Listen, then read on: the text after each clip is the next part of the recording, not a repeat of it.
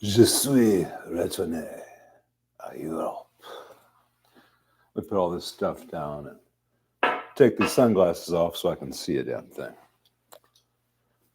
Thank you, everyone, for joining me. Sorry I've been away for a while. Hope you can hear and see everything okay. I'm in a different room today from my readers so I can actually see a damn thing.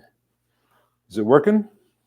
I've got the ads starting on my iPad, so I try not to stop them to really start these until I can press the skip ad thing there. So,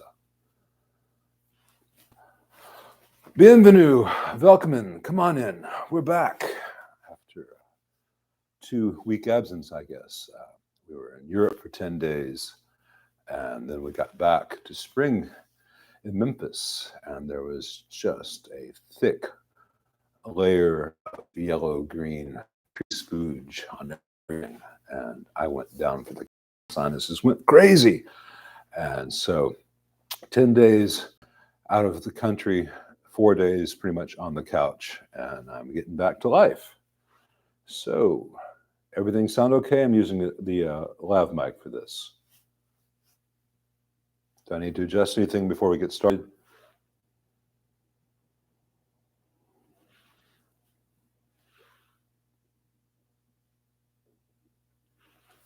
I'm waiting to see if anyone answers that. Sound seems fine. Okay, so we'll yeah, that oak, it's the oak pollen, it's pin oak particularly. So let me go to the stuff that was posted, the questions put up here before I even started. But first, cheers. Chante. Chante, chante, chante.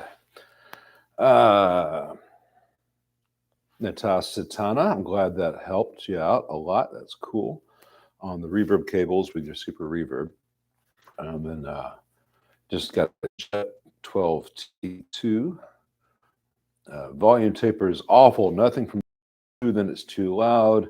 Any mod suggestions for tube and speaker? I am not immediately familiar with the Jet 12T2. I don't know if that's an old one or a new one, but that sounds like a pot taper. There are a lot of pots, particularly CTS, from 9 o'clock below have nothing, and then they go instantly loud. But unless I had that amp or was very familiar with it, I can't give you any advice remotely. Sorry. Jason Hobbs says, "Hey Lyle, hoping you're having a good day." I'm having a great day, thank you. Hope you are too, Jason. In your opinion, what are the major tone enhancers in old vintage amps? Tone caps, speakers, tube choice, transformers, circuit choice and layout. Thoughts? It's 3 things. It is the circuit choice and layout. That's always the case. The transformers make a big difference. The iron, really good iron, used properly with a good circuit with a very intelligent layout where there's a lot of separation between stages, that gets you most of the way there. Beyond that, I would say the next thing, well before tubes, assuming all your tubes are working, are speakers. Space, a huge difference as well. You can have an amp that sounds fantastic in a living room that's about 40 by 18 feet to an apartment that's wall to wall and lots of reflective surfaces, and it may just go to hell. So, everything is part of a system. But when you're designing, you don't have control over the end room, but you can control the transformers. You can control the layout, and you can control, to a large degree, the speakers and the cabinet design. For instance, listen to a Princeton reverb compared to a Blues Junior. Listen to a Blues Junior compared to Deluxe reverb. These are all single speaker Fenders, and the sound coming out of the circuit is not too dissimilar for the purposes of this comparison. But the 10-inch, add a Marshall JVM 20 or something to there. So you have a 10-inch in the Marshall compared to a 10-inch in a Princeton. I mean an older Princeton with a good speaker, not the thing that the Jensens they sometimes come with today. But the Princeton sounds better with its 10-inch speaker in a cabinet than many other 10-inch speaker combos do. The Blues Junior sounds okay. A deluxe reverb sounds better. Part of that is the circuit, but a lot of it is that the deluxe reverb cabinet is larger. So a 12-inch speaker can do more interesting things than it can in a more squeezed-in Blues Junior. I know that's a long answer to a simple question, but it occurred to me, and it's stuff that I see overlooked in a lot of forums for guitar and stuff.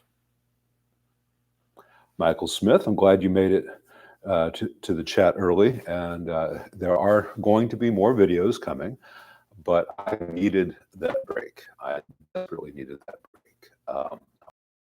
On amps, videos. In the grand scheme of things, these are, it's a job that I love, but it's only a part of what I should be or what I should think about. So getting to Paris, getting to Vienna, going to all the art museums, learning as much of the history before I went as possible, and then just experiencing things. It's good for the little gray cells. Keep us alive, keep us interesting. If I just talk about imps all the time, I'm not going to have anything to say, and I wouldn't listen to myself.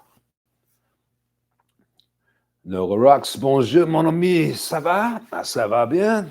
Et toi? Federico. Hi, Lyle. Hey, Federico. Any opinions regarding Allen amplification and headstrong amps? I have no opinion on either because I've had no experience with either. I have seen photos of Allen amplification amps, and they seem to be very well built Tweed or Tweed-inspired builds. And I know that he has sourced some very, very good iron in the past to his specs. So I am inclined to think very highly of Allen, but I have not had one in, and I have no experience with headstrong. Andrew Waltz, thanks very much. Appreciate the donation there. He says, hey, Lyle, love your videos. Saw in your recent Tweed restoration, you used a gray 3-connector cable to preserve the look. Where do you get those? I get those from Mauser. It's a hospital grade, 12-foot long, just a little bit over 3-meter cable. So if you go on Mauser and search for a 3-conductor IEC cable where the end is not IEC, but the end is just 3 wires, pretty much that's the choice you get. It's, I think, a 15-amp cable. It's hospital grade. Looks really nice. It's really rugged, and it's kind of beautiful. But it's about $15, I think. The trouble with Mauser is, whatever you order, you're going to have $8 in shipping. So if you order a $15 cable, that's a $25 cable once it's shipped. So I order a lot of stuff from Mauser all the time. So I'll order $400 worth of stuff in one order, and then that $8 shipping is great. $8 shipping on $3 worth of resistors is not so charming, but it is what it is.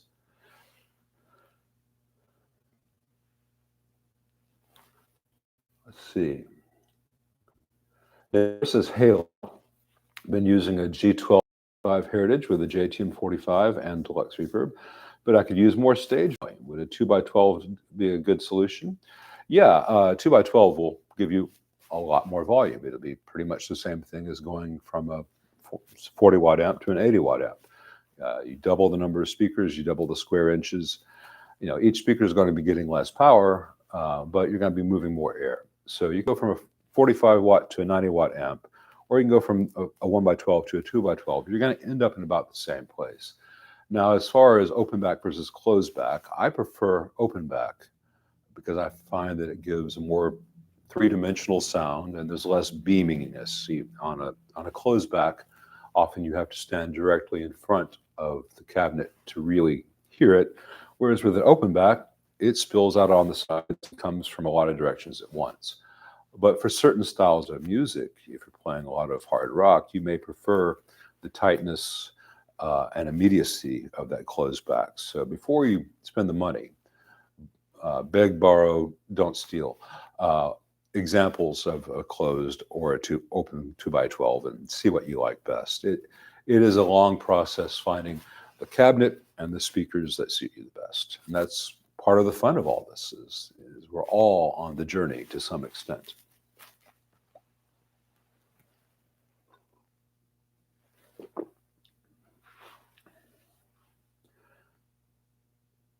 Hey, Scott. No, we were fine. The tornadoes went north and south of us, but people in our immediate area lost.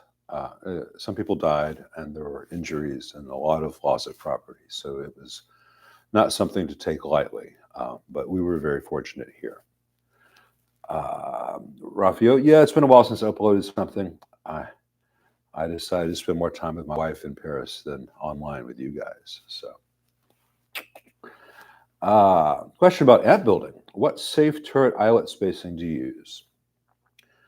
In general, and this is in general, unless I have something which is just really high voltage and I know the current's up a bit, I find that 0.375 of an inch is a good layout for turret spacing.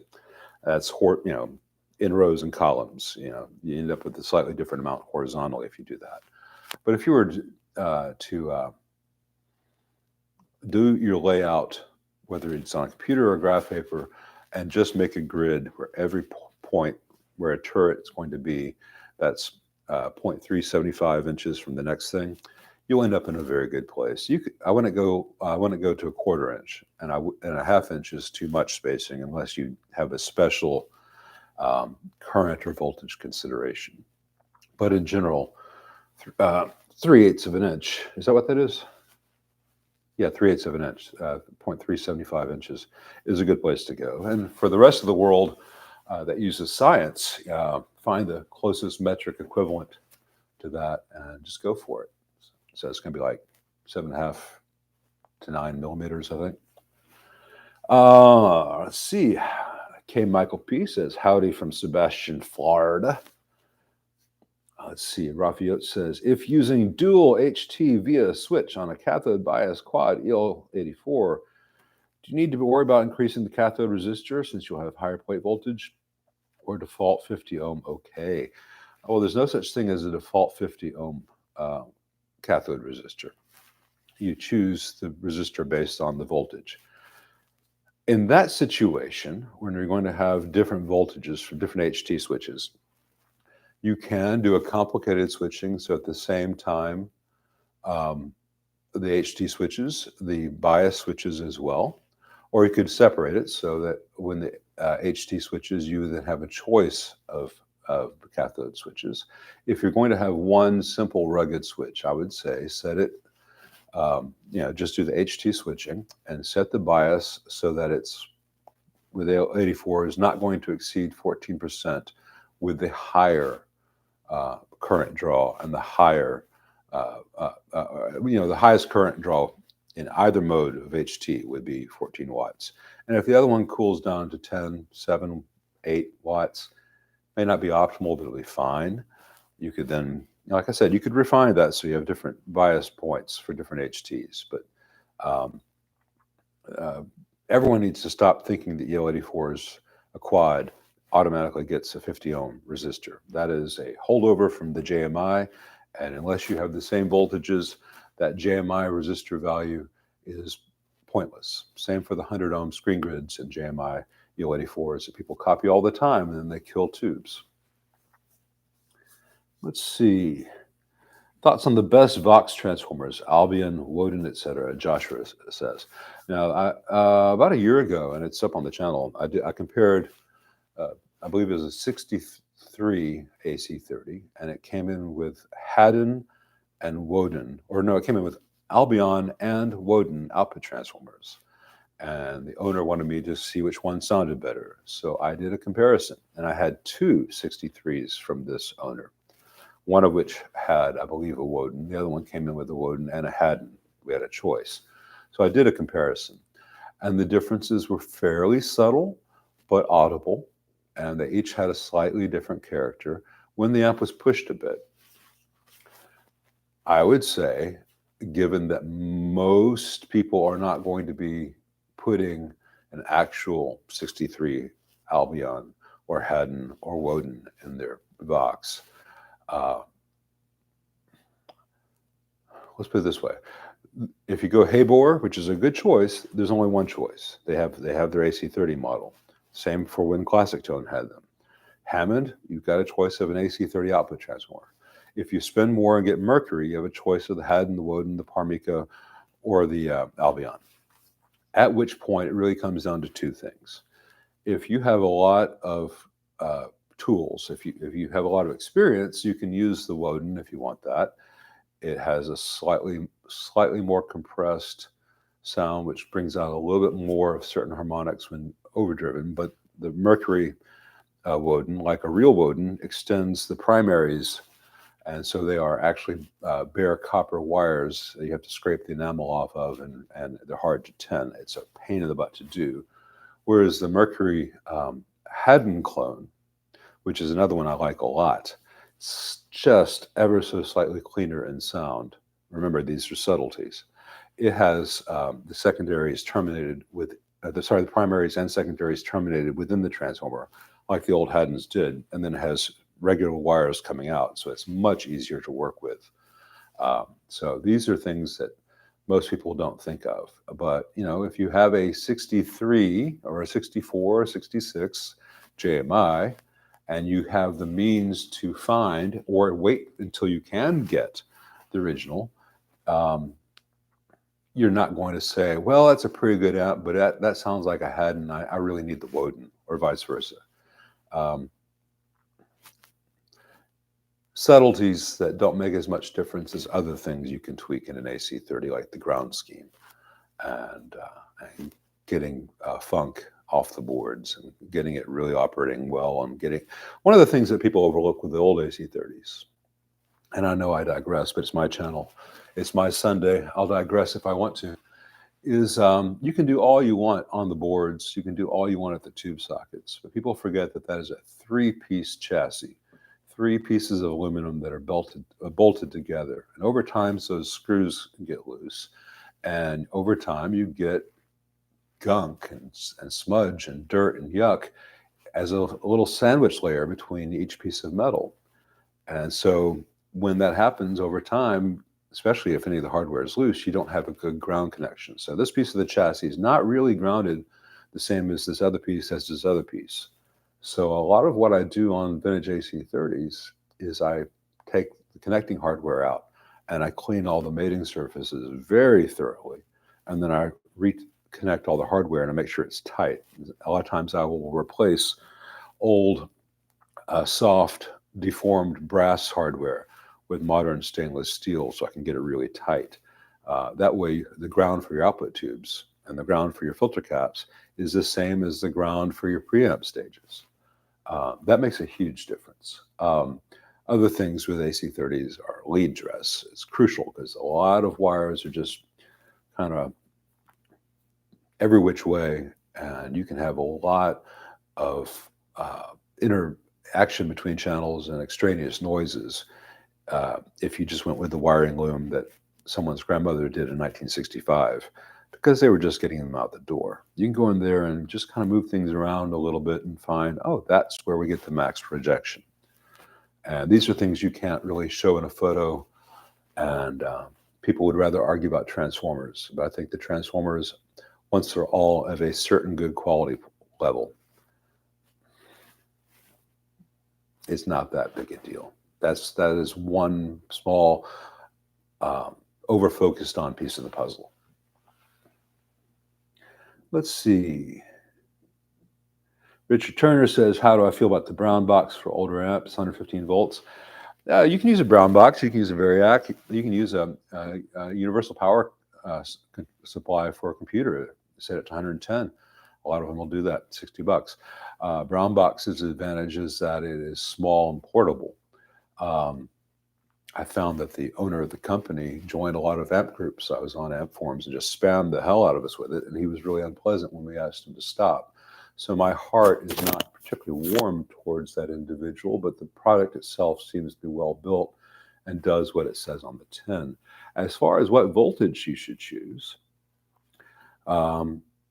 you find the wall, the mains voltage, whether that's 108, 110, 114, 117, 120. That gets your heaters where you want them to be.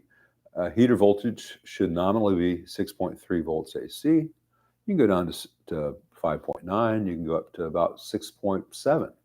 anywhere in that range that you like the sound of, and then you have it consistent. So if you say, okay, I'm going to go for these things to be at 6.4, and I'm going to set the wall voltage till it's 6.4, and that turns out to be 112 volts.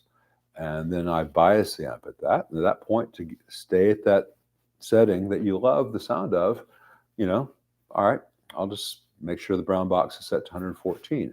Or if that's not an option and 115 volts is, then as long as your heaters don't exceed 6.7, you're probably still fine. And then just bias for that. One of the things you have to remember, though, with a brown box or a variac, is not the case with the uninterruptible power supply, is that if the brown box and the variac are only setting a voltage which is in proportion to the actual wall voltage. So if the wall voltage is fluctuating, and sometimes it can fluctuate wildly, so will your result from the brown box. So that said, usually over voltage is the bigger problem. Under voltage, you're not going to run it.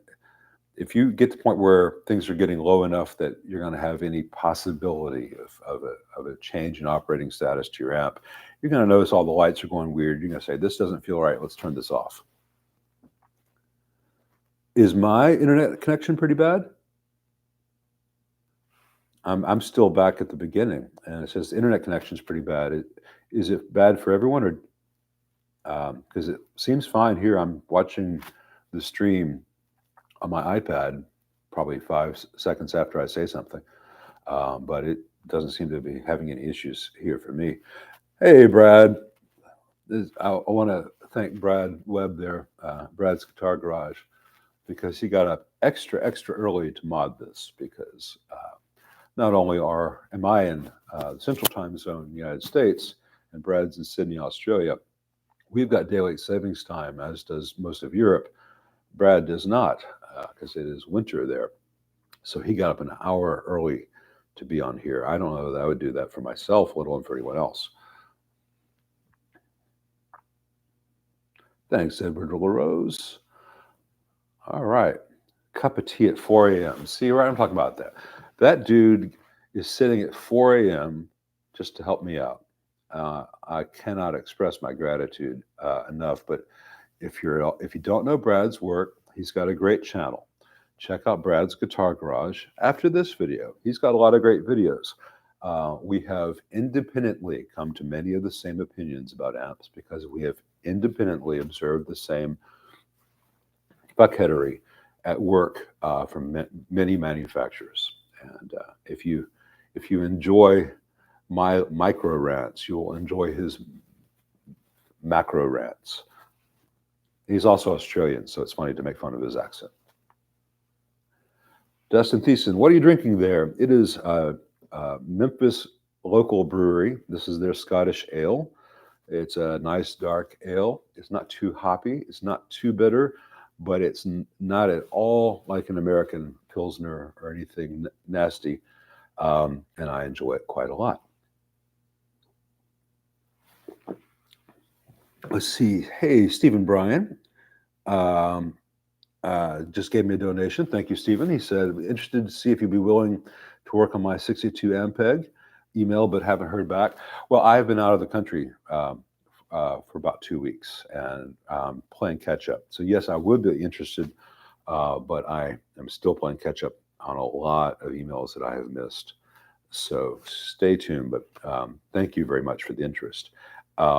That's one of the problems I'm facing doing this channel, is that it is, as a promotional thing for my business, it has succeeded beyond my wildest dreams. I never thought I'd have more than 10,000 followers. I thought that was pie in the sky. I thought I'd max out about 2,500, 3,000. Very small niche thing. But now I'm at 35,000 plus, and I'm extremely grateful.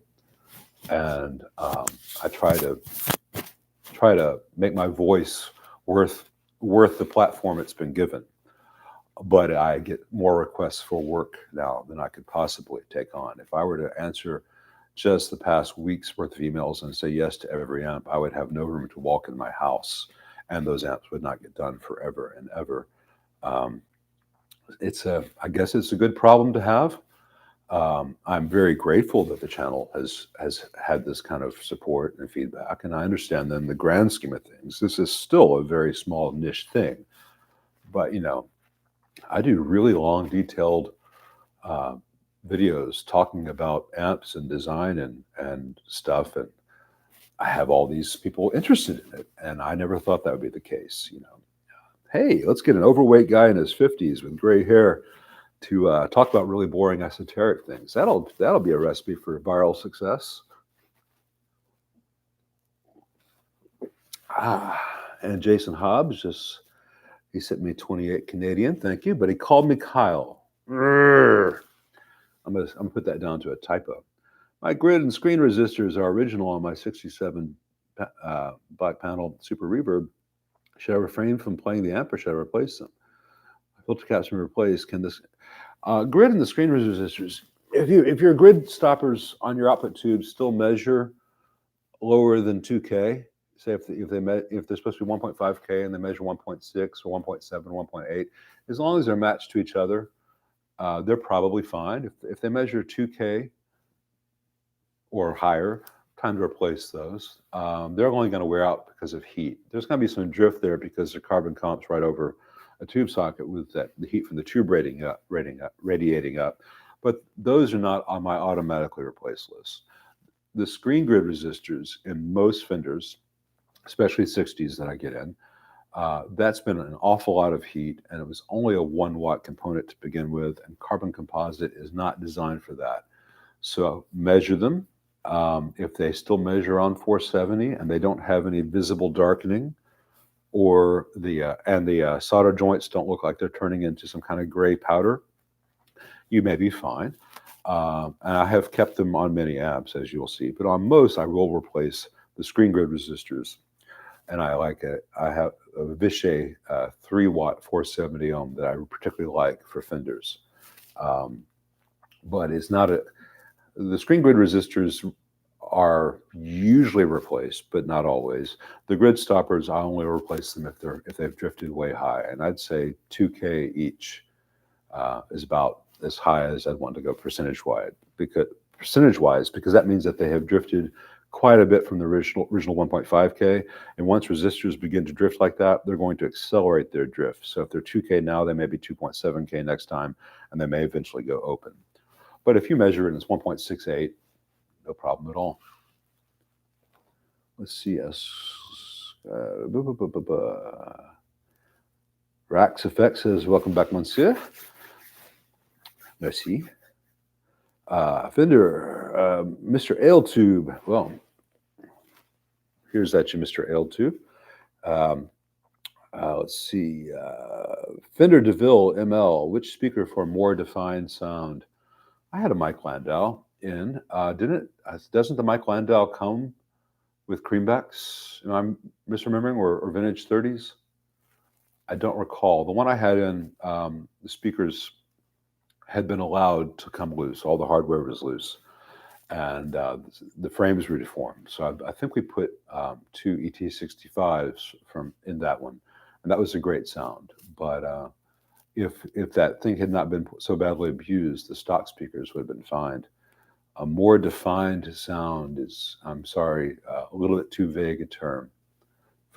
If you want to clarify, I'll try to come back to that. Jerry F says, Freeman likes to drink whiskey during live shows. Yeah, Dave has been known to do that, but it's Sunday at 13:28, so I need to set some limits or I'll be drooling over the keyboards. I mean, I could have like 4 of these, but I want to get any more work done the rest of the day. But I'd make for a hell of a YouTube host.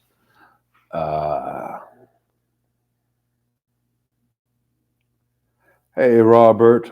Memphis was not really hit by the storms, but a lot of small towns in Arkansas and a lot of the stuff north of us, north of Millington, and a lot of stuff going out to.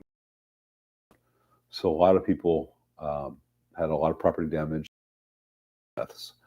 But Memphis was more or less unscathed. Always we lost some oak trees and stuff. But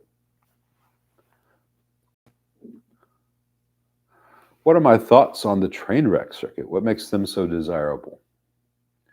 The train wreck and the Dumble both seem like very good decisions made after looking at. I thought I had the damn ringer off. Just one second. Jesus Christ.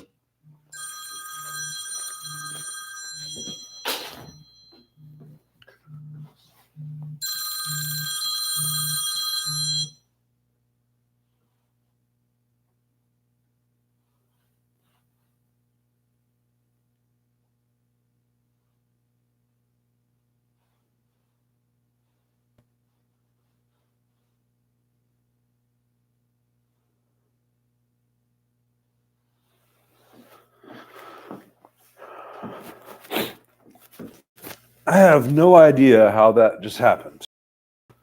We back? We back? Let it catch up. It's being stupid. I have no idea how that happened. I've got the damn phone with the cellular turned off. Oh, I know how that happened. Just one second, guys.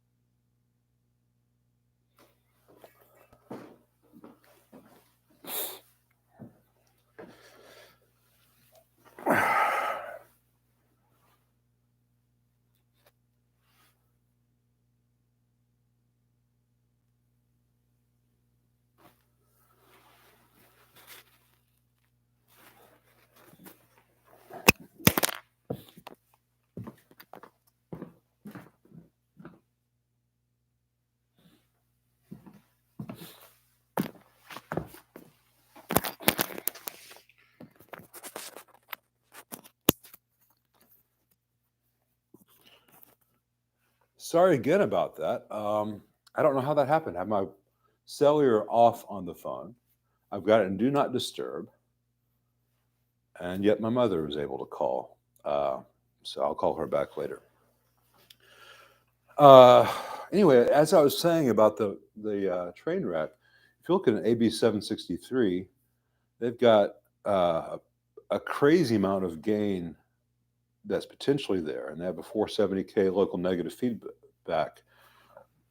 local feedback stage between the plate and the preceding grid, which dials all that back. But you still get it. Pardon me, Scottish Ale.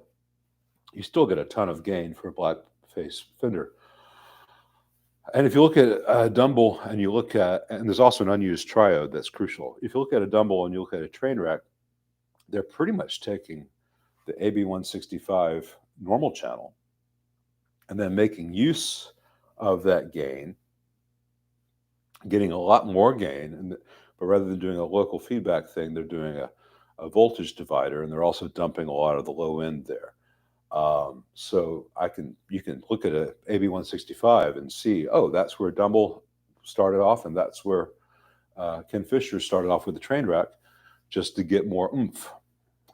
As to why they're so desirable, there are relatively few of them. He made them in figured wood, often cherry enclosures with dyno tape, dyno label, and some cool sounding people had them.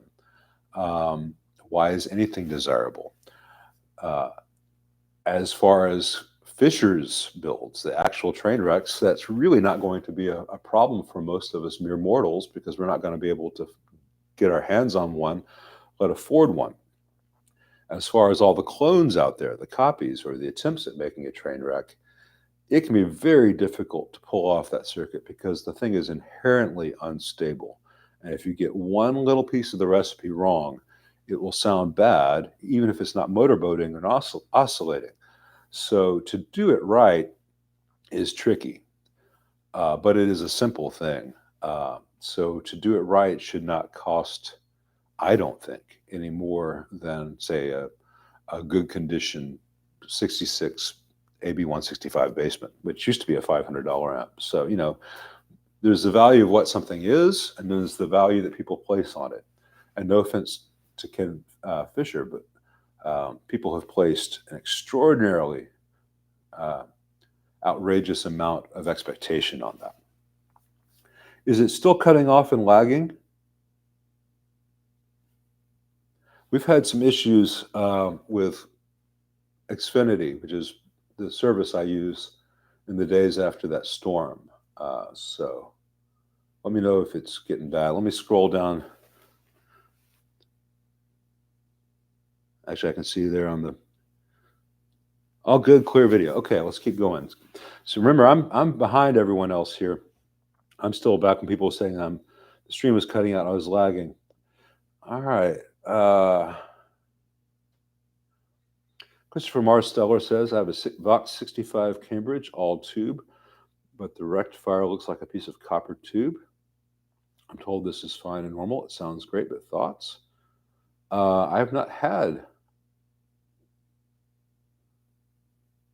I'm not familiar with all 60s boxes. I've had the Thomas Organ 65 Cambridge reverbs, and those had rectifier tubes. So I'm not sure what you're referring to there. So I'm sorry I can't help you without photos. Clyde Broadway says, welcome back. Can you give us some of your favorite all-time guitarist tones we should check out? I can, and you can tell me, and you can all tell each other. I think that's part of the joy of the process. But, I love so many different things. The thing I would say, rather than say, listen to this record, listen to this record, listen to this record, is when you do listen to especially a very well-known, influential piece, really listen to the guitar in comparison to everything else. For instance, if you listen to the guitar sound on Pink Floyd's Breathe, the clean rhythm guitar, it's very small, it's kind of thin, it's kind of spiky, and there's some clanky mids. It's not a beautiful guitar sound, but with the organ and the cymbal wash and a lot of the orchestration behind it, it really works. But by itself, it's kind of small, and the univibe applied to it even makes it almost unpleasant if you were to hear it by itself. Conversely, look at, say, Stevie Ray's Riviera Paradise, one of the absolute most beautiful guitar sounds ever recorded, but the entire rest of the band is staying out of his way. So the drummer's really playing pretty sparsely.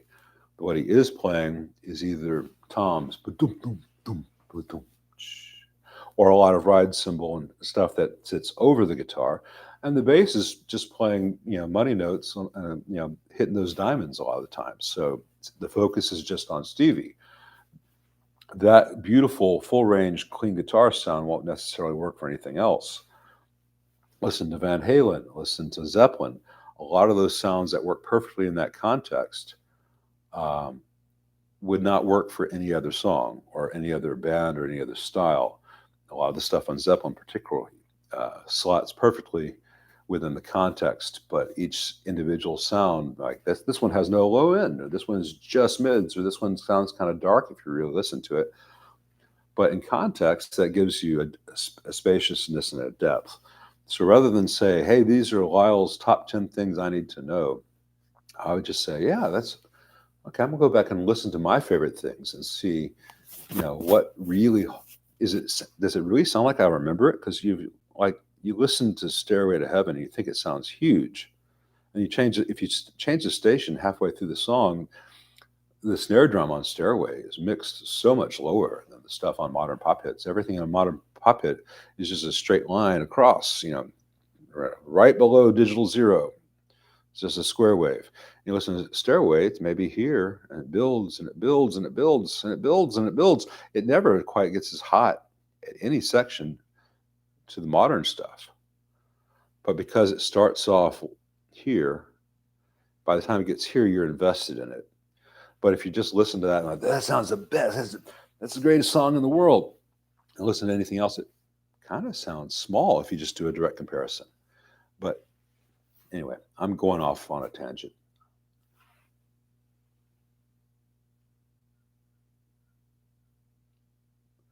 I'm sorry that I've been glitching. It's been, aside from when the telephone rang, it's been looking fine on this end, so I don't know what's going on. Christopher Marsteller says, also awesome glasses. Thank you.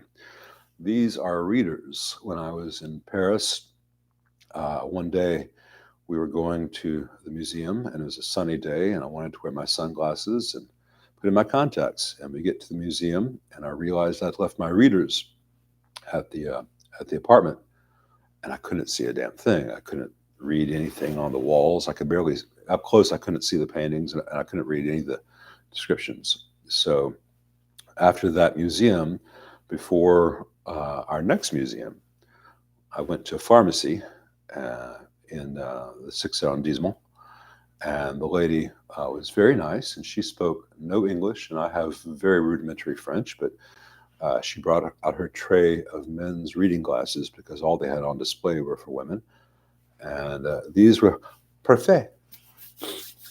So these are my Parisian readers.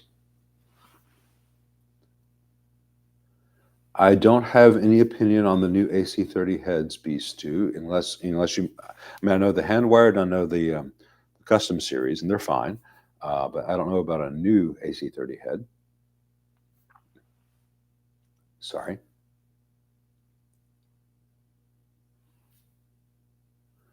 My opinion on Punky Meadows' guitar player for Angel, I don't know what that is. So I don't have an opinion on Punky Meadows' guitar player for Angel.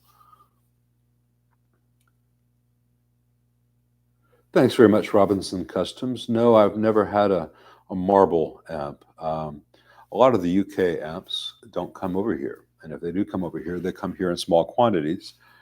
And I'm sure that if I were in LA or New York, I'd see more of those things. But it takes a long time for a small builder from another country to penetrate a market and get to the middle of the states like America.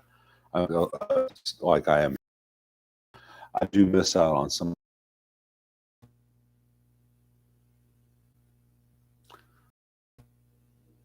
All right, so I was guessing 9 millimeters is 9.2, 9.5. So just go 10 millimeters for metric spacing on a board. Yeah, that makes sense. Let's see. So Nick Orr is replying to my cab suggestions. He has a closed 2x12 he's never bonded with, so he uses a deluxe as a cab.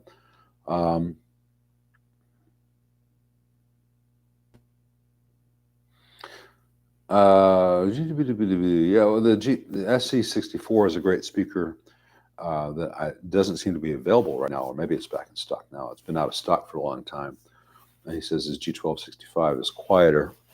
They're kind of, when you compare two speakers like that, you can hear the efficiency differences. But if you want more than you have now, if you like the sound of the 1x12 deluxe cabinet used as an extension, you'd probably be very happy with the 2x12.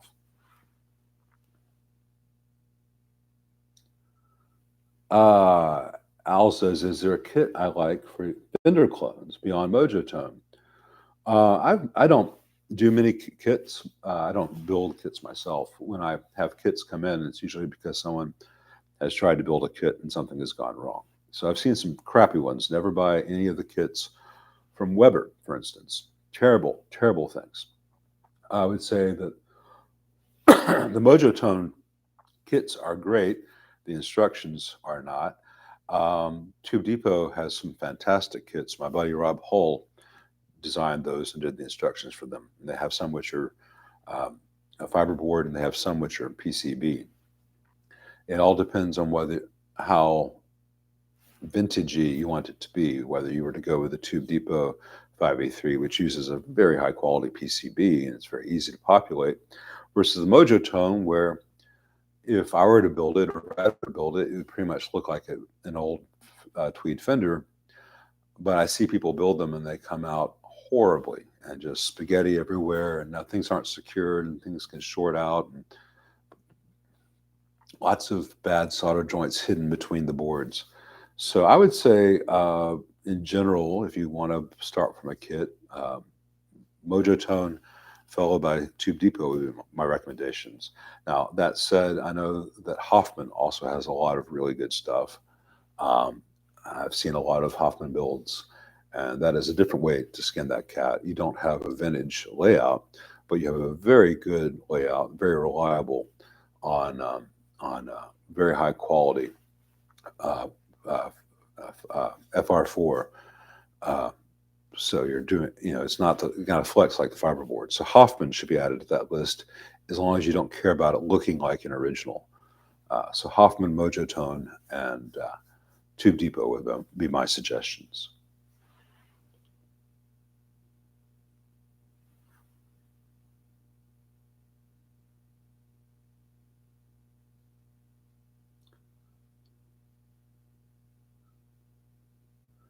Rax Effects, his wife has called him for dinner. Have a good day. Have a good Sunday, he says. I shall. Sorry to miss your saying, bidding us all adieu.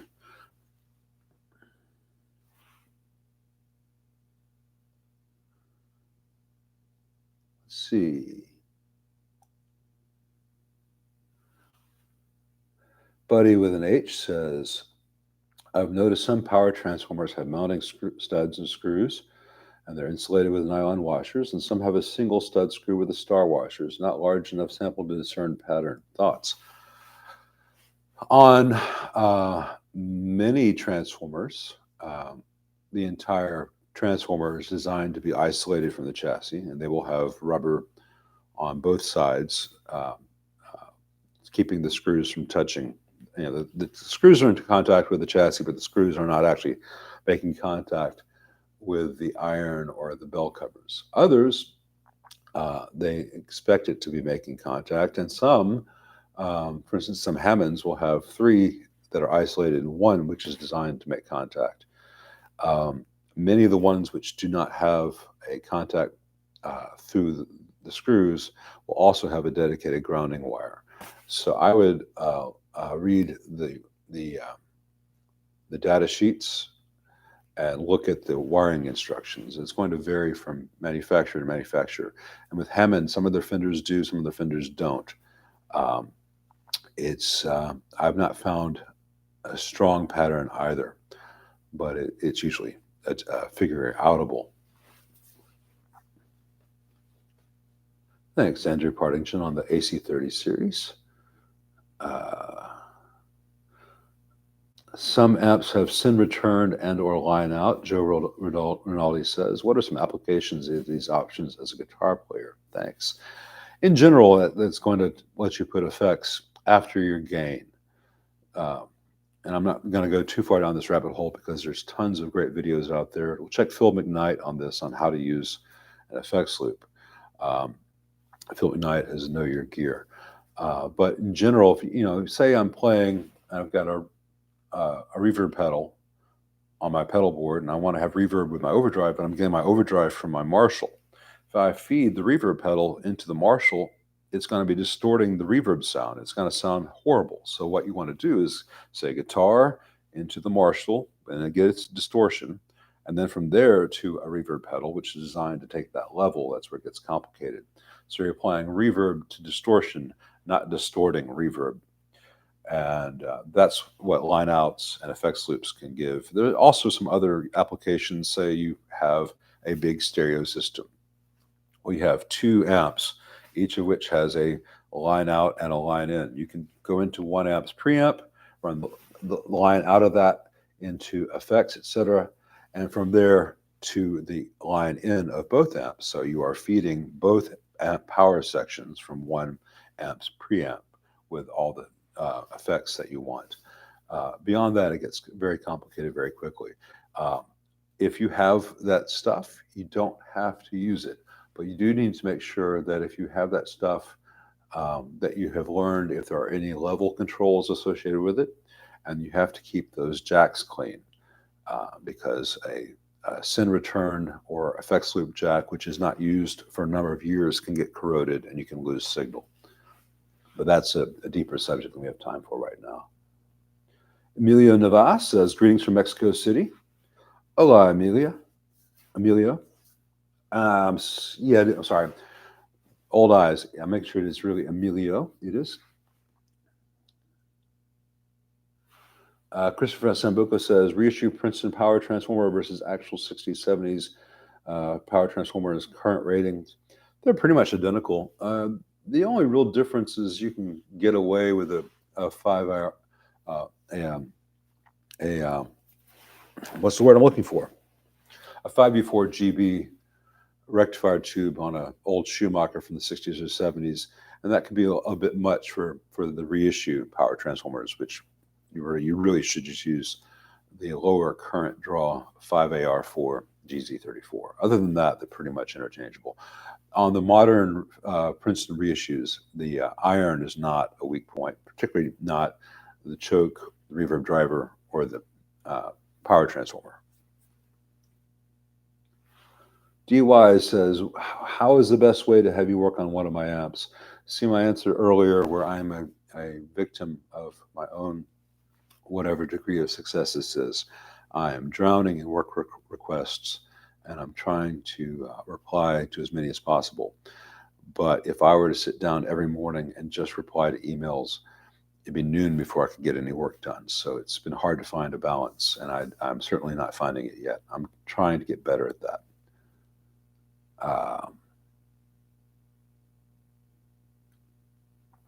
Jason Hobbs says, Lyle, what's the make or break non-original circuit component replacement that would keep you from butchering an original black panel Fender reverb amp? I'm not sure what you're asking, Jason. I don't make changes to the circuit of original 60s or 50s Fenders, or if I do, I don't do them lightly or any non-reversible ways. I may change a couple of components in a Princeton if those components need to be changed. I may replace a 470K with a 1 meg, etc., here and there, little places like that, or vice versa. But I don't drill panels. I don't hot rod old Fenders, etc., etc. So maybe you can rephrase that. I'm not quite sure what you're asking. Buying, okay. Keep me from buying, not butchering. Okay, sorry. Big difference. If it doesn't have original transformers, that's a big one. If the baffle is damaged on a post 72, get a big price discount on that. I would want to see as much original as possible. I don't care about electrolytics being original. I don't want to see that a hack has been in there. But if I open it up and, all right, well, someone robbed out all the blue Ajax, that's a shame. There's a bunch of 1 watt metal films. Okay, someone thought they were helping the amp. It's just full of orange drops and metal films. But it's got the original iron, it's got the original pots. That's not always a necessary thing. Nothing's been changed. Yeah, okay, it's worth less than something which still had all the blue Ajax, but it's not going to stop me from buying it. But if I open it up and it's just covered in rust and the metal's pitted and everything's been changed out and there's wires going where wires should not go, like, no, thank you, next.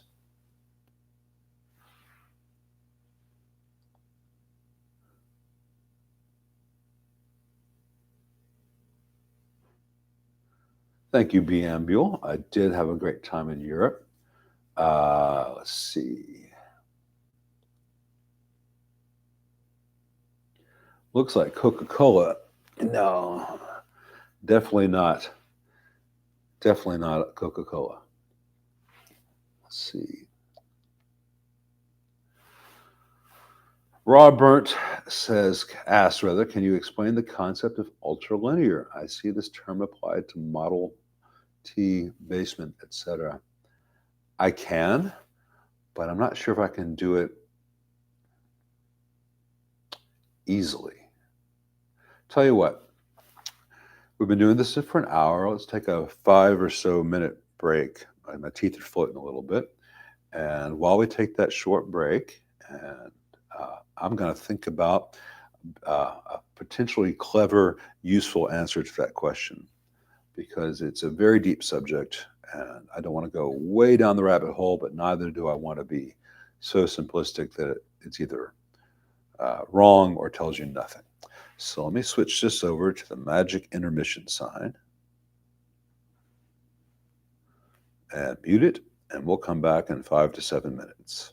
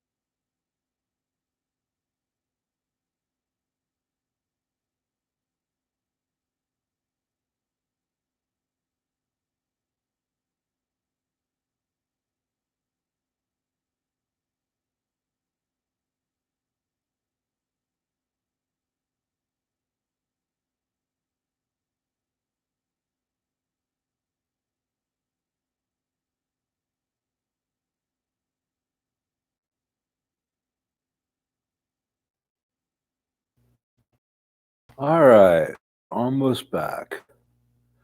Now, all right, hopefully that gave me enough time. What makes he's heard the term that can I explain the concept of ultralinear and UTC basement or super reverb or twin.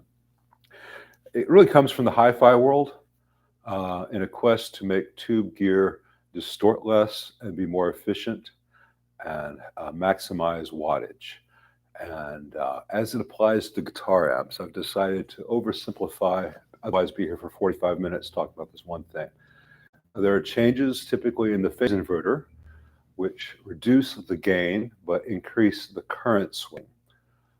So you're driving the output tubes a little bit differently. And the output transformer itself has extra one called the ultralinear tabs, which take them to the screen.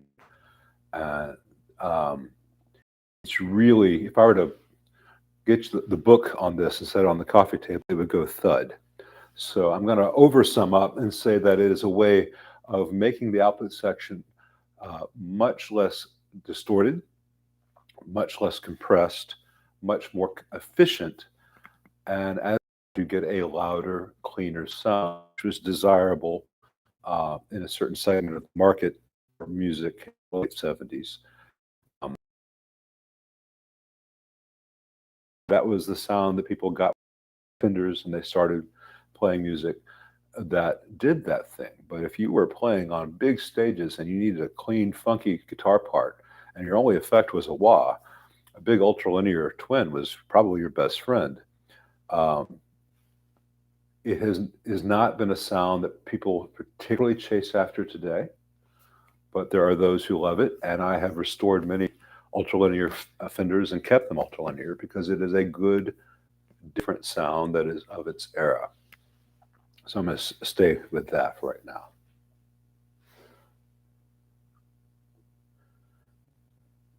Thanks for the Kyle apology, Jason. I appreciate it. Yeah, everything's prejudiced against Lyles.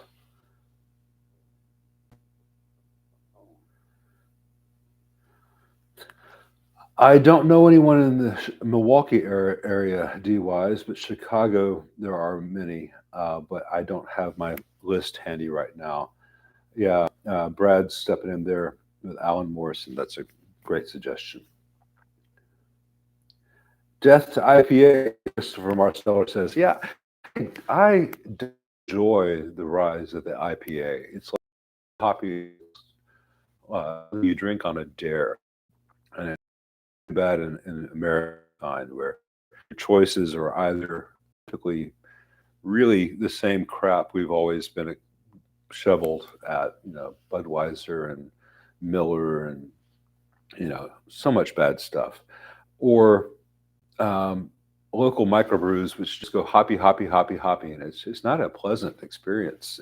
You don't want to have it kills your taste for everything else. And I say this as a food snob, as a cook.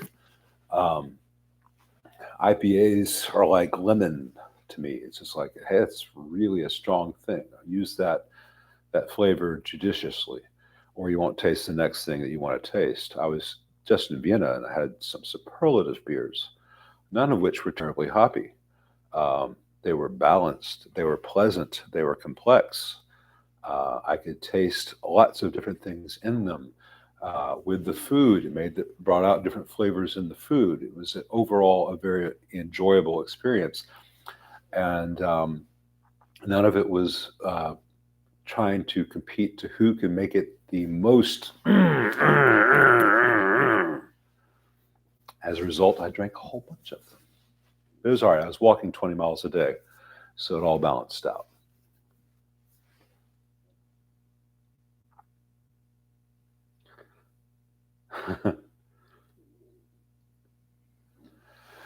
Obsessive compulsive says, great. By the way, great username. I've seen some negative reviews build wise of the Fender Bassbreaker 15. Wondering what your opinion is on this amp, if you have experience with it. I have not had one in myself. Many friends, great techs who have dealt absolute shitstorm of a design. I anyone that has a terrible, terrible construction quality level, has a terribly thought out and poorly implemented auto bias circuit. And an auto bias circuit is a great way to make an amp instantly obsolete and cost way more to repair than it ever should. A bias circuit traditionally is maybe 6 inexpensive components used well. Well, they found a way to add another 47 components and come up with a very complicated thing that no one needs that fails because it cannot hold up to the real world operating conditions of an amplifier. So kudos, Fender. Kudos. And now I'm all grainy. So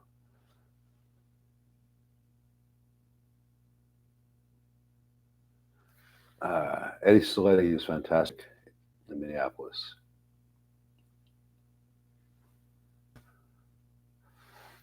I wonder if my mom was using WhatsApp. I told her to install WhatsApp when we were in Europe, and we used it then. I'd really like her to stop using it now. Um, let's see. Clyde Broadway says, recently got a top hat at his 2x12 Deluxe for $1K. It destroys my Fender reissue. My Fender is, why should we buy a Fender reissue with such better options out there? Well, maybe you shouldn't. If you saw my Top Hat Royale review, I thought very, very highly of that amp, and I still do. And if someone is killing their own playground at the same price point, then maybe that's what it takes to make Fender give a shit us again and step their game. Not the Princetons, the Deluxes, the Supers, the Twins, 5 reissues. That is not the 68 custom nonsense. They have really good designs, but they have been out on the market for 30 years, and there are advantages in modern production methods that they have not. They've not upgraded them at all, updated them at all, and I really think they're overdue. And if you can get a used Top Hat in the same price range, it's probably going to be a better choice, unless the sound doesn't do it for you, just as a matter of subjectivity. Thanks, RJ. Appreciate it. Let's see.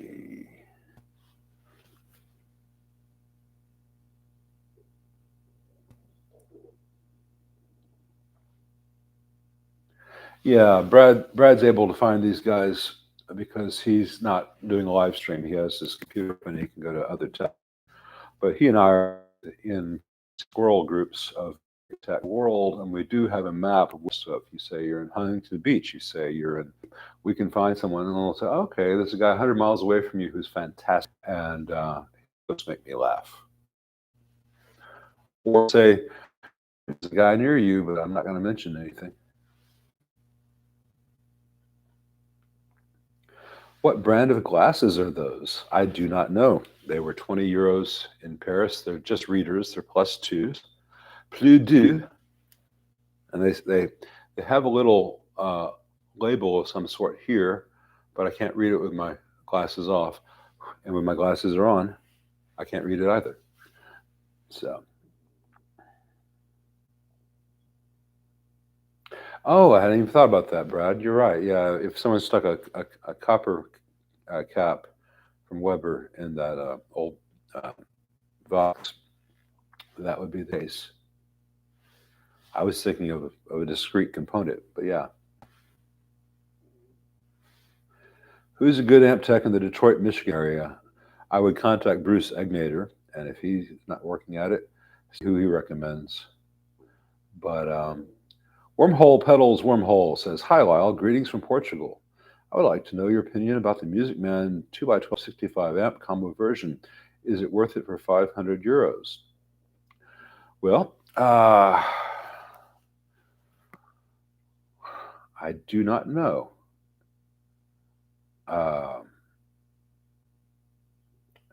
I've had a lot of Music Man amps in, but I've not had all models.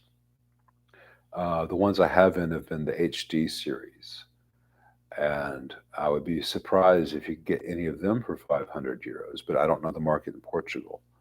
I was in Lisbon 3 years ago, and I absolutely loved it. It's a beautiful, beautiful city.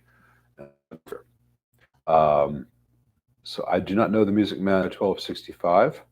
I would say that in general, of the music mans I've had in, they have the same issues that most 60s and 70s Fenders do, whereas right next to the output tubes, they've got a lot of fiber boards which have the bias supply and various filter caps on them, and those fiber boards warp and the solder joints break. Beyond that, and changing electrolytic caps and cleaning potentiometers, there's not a lot that most music men need to keep going for a long time. They're very, very well built amps if the amp that you're talking about is a 70s music man. Beyond that, I would have to see pictures of that model. But 500 euros for a 2x12 65-watt amp built as well as most music mans were built, I would say that's probably a very good price.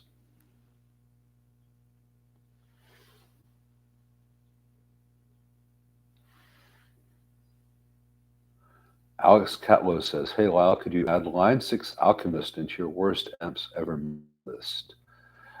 No, I absolutely cannot add the Bogner Alchemist, designed by Bogner for Line 6. I don't think it's one of the worst ever, but it's not particularly very good. But I don't have a high opinion of most Bogners, for that matter. I think that the Alchemist is just budget Bogner, but it has the same weird flaws that most Bogners have. The worst amps ever made. That's the thing. I don't want to do a video on the worst amps ever, because that's the negative side of YouTube. That's the negative side of the internet, and I think it would give me an immediate success. Going really negative all the time would be an immediate source of success. But I don't think long term I would have any success in being a negative person. I don't view myself as a negative person. I don't view what I say on the channel as overwhelmingly negative. I'll say negative things when they're called for, when they're warranted. But I try to focus on the positive. And I love music, and I love guitars, and I love the fact that I can hit a piece of wire with this old monkey thumb. And because of Thomas Edison, etc., it magically turns into music. I mean, that's a cool thing, and I don't want to lose sight of that. And that's one of the reasons that we went to Europe for 10 days, is I could get my head in the right place. And I feel like I'm more centered now than I've been in a long time, and I want to maintain that. So I'm not going to do the worst amps ever. I will be coming out shortly with my recommendations of amps under 2000 Part 1. And that's going to be overwhelmingly.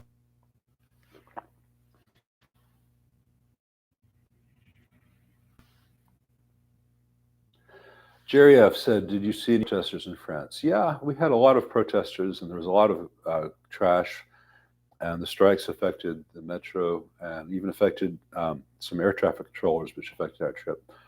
But I did not have a dog in that race.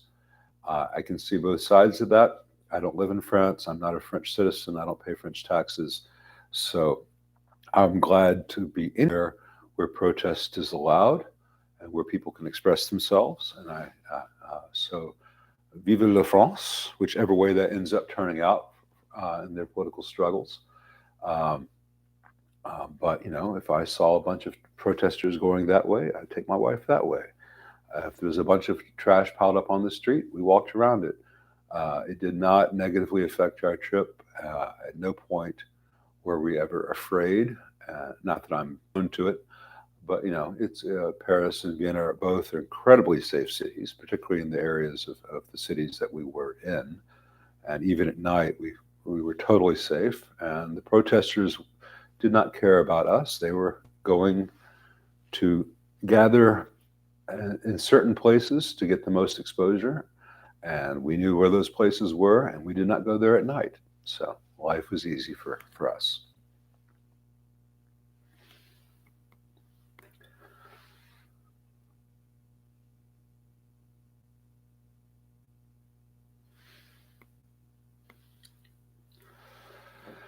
Graphite and guitars, I do not have an opinion on the current made in England Laney amps. I've worked on Laneys, the ones from the 60s and early 70s, are quite good, though with some odd things. You can see some of those on my channel. One about a year and a half ago, 2 years ago, Xiaomi model. I don't remember it. I've had some modern ones come in. Okay, they're built, say, a '90s crate. They're built better than a modern fender reissue, but they're not great. But I don't have any familiarity with any current made in the UK, if they actually are made in the UK.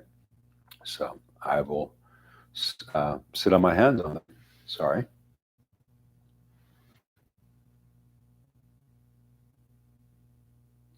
Schlep, I can't answer the question about the market for self-employed guitar techs. I don't know. That's not my world.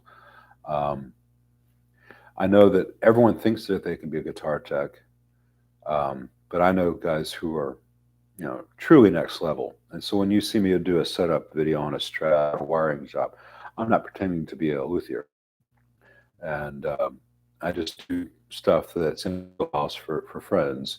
But most of the time, I tell people, well, no, go see these guys. They're the real deal. But there's a lot of guys who think they can fix guitars, just as there are a lot of guys who think they can fix amps. And then guys like Brad and I are left picking up the pieces. Now, Brad is an actual guitar tech. Anyone who could hand carve a new neck for an L5, uh, you know, he does beautiful work, and he's going to downplay his skills, but he's really good at that stuff.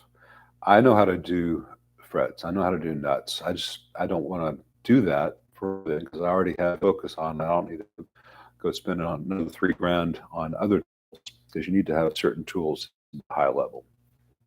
I'm just with the for the most part. I don't know why I'm getting relatively crappy quality today compared to other days. I think we are still in the aftermath of the tornadoes. I think there's probably some line damage because I see it getting grainy and getting better. I hope you can still hear what I'm saying.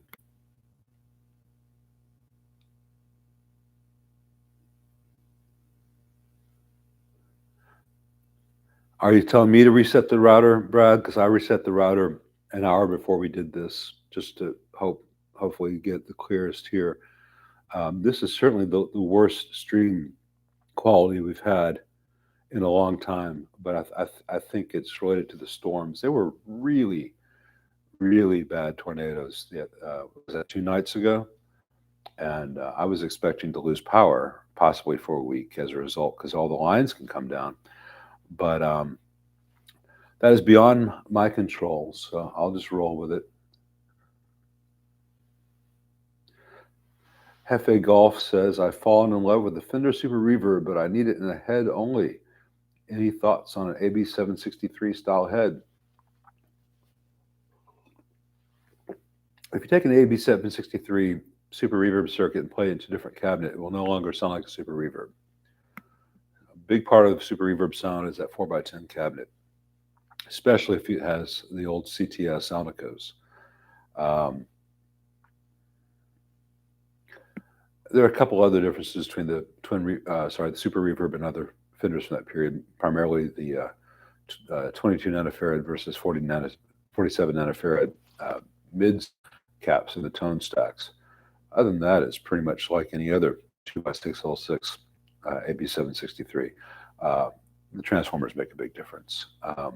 But if you have that head, unless you run that head into a 4x12, or sorry, 4x10 with the same dimensions, it won't really sound like a Super Reverb. So I don't want to give more advice than that.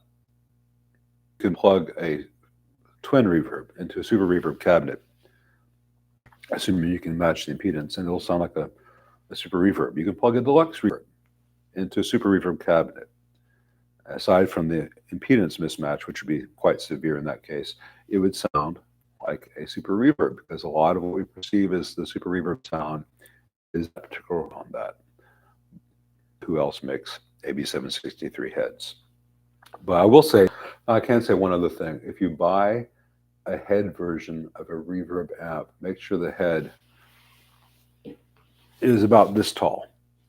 Because if you buy a standard head and the reverb tank's right there by everything, you're gonna have terrible hum. You want a really ridiculously oversized head so the reverb tank can be far enough away from the transformers.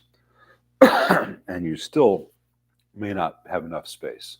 It's a really difficult thing to get a good sounding reverb in a head um, without a lot of buzz from interference. So I would almost suggest getting a deluxe reverb with a different output transformer that can handle a 2-ohm load, and then plugging that into a 4x10 super reverb cabinet if you need more transport, more easily portable amp. But you've got to have about that 14, 16 inches separation between the reverb tank and the rest of it to get good quiet operation.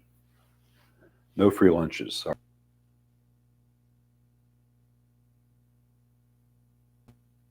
Yeah, the Bandmaster reverb head is again like that. You know, it's a big boy just to get that little bit of separation, and it's still not as much separation as you really want. Thanks, Aaron. See, appreciate that. Aaron says he has a 68 Fender Twin drip edge. It's been modified to 67 specs. Reverb is a bit noisy. Thanks. I also tried using a cheap switching pedal, and it's terribly noisy. Any thoughts on how I could fix that?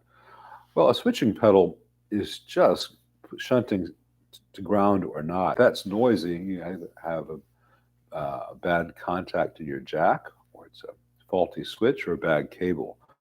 But there's no magic to it. Reverb is a bit noisy. That's you don't know whether that's the tank. You don't know whether the tank's installed correctly. It could be 180 out. You don't know if it's bad cable.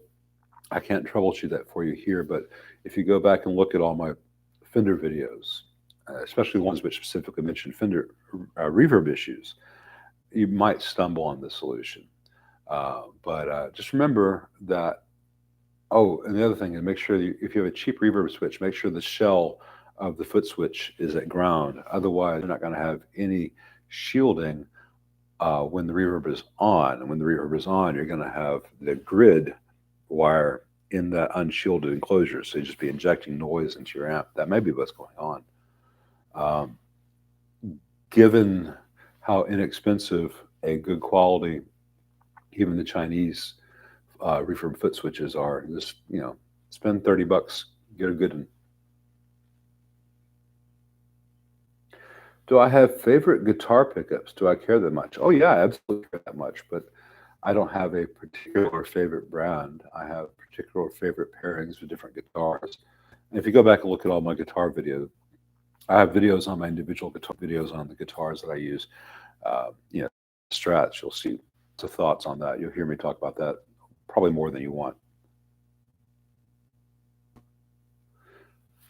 I'm going to try to skip around a little bit. I look a little bit like Robin Trower with the scarf and jacket. I think they're very different barbers.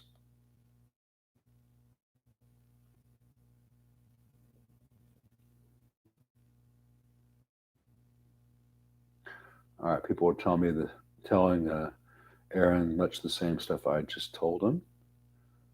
Yeah.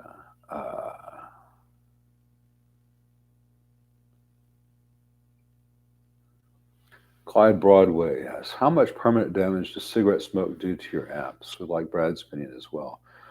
Well, I've had an awful lot of Fenders in Memphis that have been subjected to heavy-duty cigarette smoke over decades. Some of those amps reek when they come in, and I've had none with permanent damage to the amp. Pots clean out, sockets clean out. If it's sometimes there'll be an oil film on the chassis, it all cleans up. Other than just being a sticky residue, give enough time, it's really not that big an issue. Amps are not lungs, so it is a known quantity around here. A lot of the amps from the 50s and 60s and 70s in Memphis were just chain smoked around every day, every night for decades. That's not a big problem. House smoke, smoke from a house fire, that's a much bigger thing. Any water damage is a big thing, and that can even just be extremely humid conditions where, particularly if there's any dust in the air. But smoking's not a good thing in general, but your amps don't care all that much.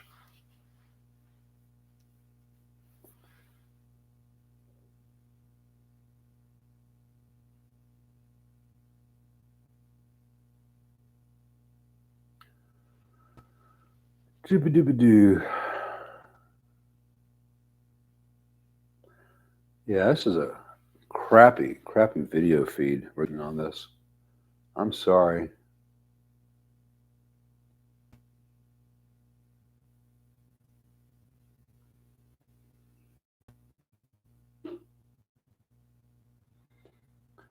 On today's market, what would be my recommendation for a 20-watt portable blackface sounding amp? Says Zombier. Depending on your price point, if you see my amps under 500 video, you're going to know a lot what I'm saying. But a stock Fender Deluxe Reverb reissue 65 is a good amp. A stock Vox AC15 Custom is a fantastic amp for the price. And there's enough of an overlap between the Fender sound and the Vox sound. I might be inclined to point someone towards the Vox, even if they think they're a Fender guy.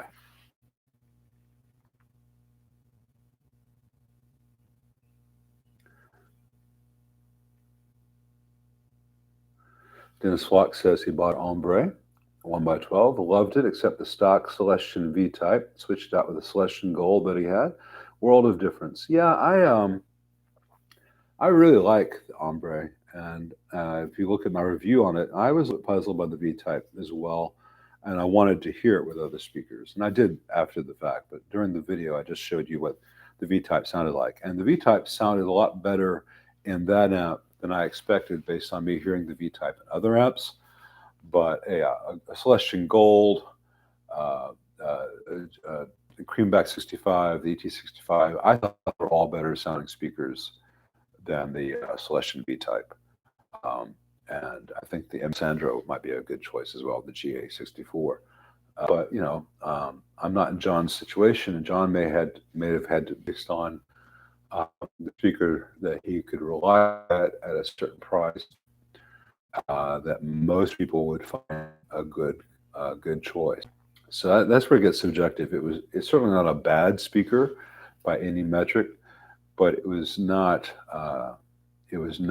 my favorite that I heard with that amp. Even though in my review I just put the V-type out there because that's what the amp comes with.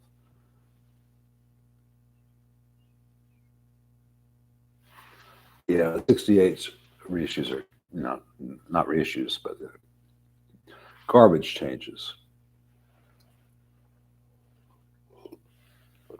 The Boston guitarist. Hey, Lyle, can you help me understand how transformers affect the tone of an amplifier? Some companies are very particular on certain brands, just wondering why. Ooh.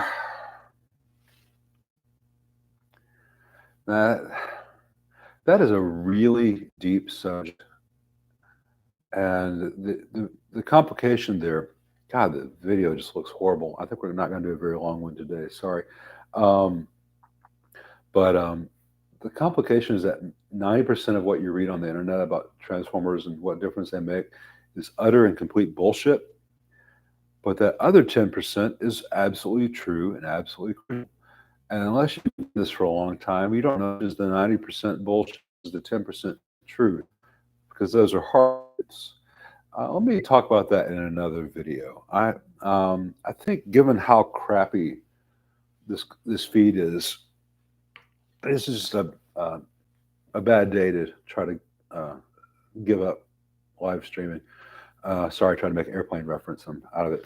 So let me try to speed through some of this stuff and make sure that I got to all the top chats, the donations. Again, I appreciate all the donations to the channel, and I try to answer all of them. I'm gonna try to make sure I haven't missed any. But you do not have to pay me to to get your question answered.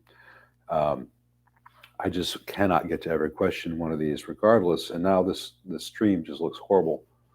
Let me try to get through here to the current ones. You cannot purchase schematics from my DRRI mods. I don't build schematics of what I do. I'm sorry. I just gotta keep some stuff to myself. But nothing that I do would be a surprise to Brad or other experienced techs. But I don't want people in the back room of Guitar Center getting them off the internet and then presenting them as their work. And all of a sudden the quality's back. Okay, yay.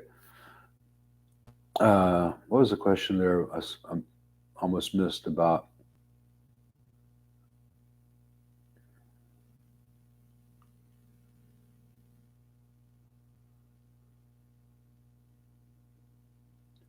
Is $175,000 a realistic price for a Dumble Ultraphonics? No. $175,000 is not a realistic price for any guitar amplifier ever. $17,500 is not a realistic price for any guitar amp ever. You know, that's crazy. Anyone who can really play doesn't need an ultra rare expensive amp to play through. And anyone who has an ultra rare expensive amp at that level probably can't play. It's a crazy circle jerk with insane prices on things. You know, nothing wrong with the Dumble, but the prices attached to them after the fact are just insane. Let's see, I'm trying to catch up. Yeah, the video was crappy for a long time. Yeah, sorry. Let's see.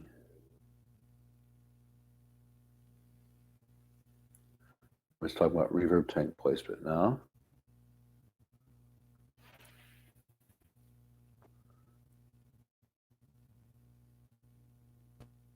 All right, we're almost caught up. I'm not sure how many people had video stream. We have 62 watching. I think we had a lot more earlier. Anyway, concerning coupling caps, what is the difference between Zoso's yellow mustard and the blue ones? One's yellow and one's blue. Which would you choose for a 61 Tweed Champ? I would not choose either, but if forced, I would go with the yellow just because it's a little closer to what it would have been there originally, purely as a color choice. I would choose, left to my own devices, for a Champ. A 1961 Tweed Champ, I would go with what I go with almost all boards that require a seal coupling cap. I would go with a MKT 1813. Now, any donations? RJ, Jason Hobbs, Sue Bryan. I'm not trying to. Again, you don't have to make a donation for me to answer your question, but if you do make a donation, I'm gonna damn sure gonna try to answer your question. Let's see. Just don't mention the war, Brad. I mentioned it once, but I thought I'd get it. Yeah, that whole Faulty Towers thing kept running through my mind when I was in Vienna. Clyde says, "You got any cool app videos coming soon?" No, sorry, just the usual shit. I don't even know what's coming up next. I was so sick when I got back, and there were a lot of apps like that old Ampeg that I started before I left town because they just sit on my front porch. And then I got home sick. I forgot to order parts, so I just ordered parts yesterday. So got to play catch up on all this stuff. Well, I think this is. I think this has been a good start to getting back, but the internet has been very unreliable and it can go crap at any moment. So let's call this one a little bit early today. We usually go at least 2 hours. We're going to go about an hour and 30 on this. And I think it's about time just to sign out for this one. I appreciate you all being here. I appreciate your interest. I appreciate your feedback. If you asked a question and I didn't get to it, I apologize. But I will do this again. We will do this again. And for those of you who watched this after watching Pete Thorne today, well, I know who you love. I know when I'm not wanted. I know when I'm not wanted. I kid. Pete Thorne's awesome. Anyway, thanks all for being here, and I'll talk at you soon.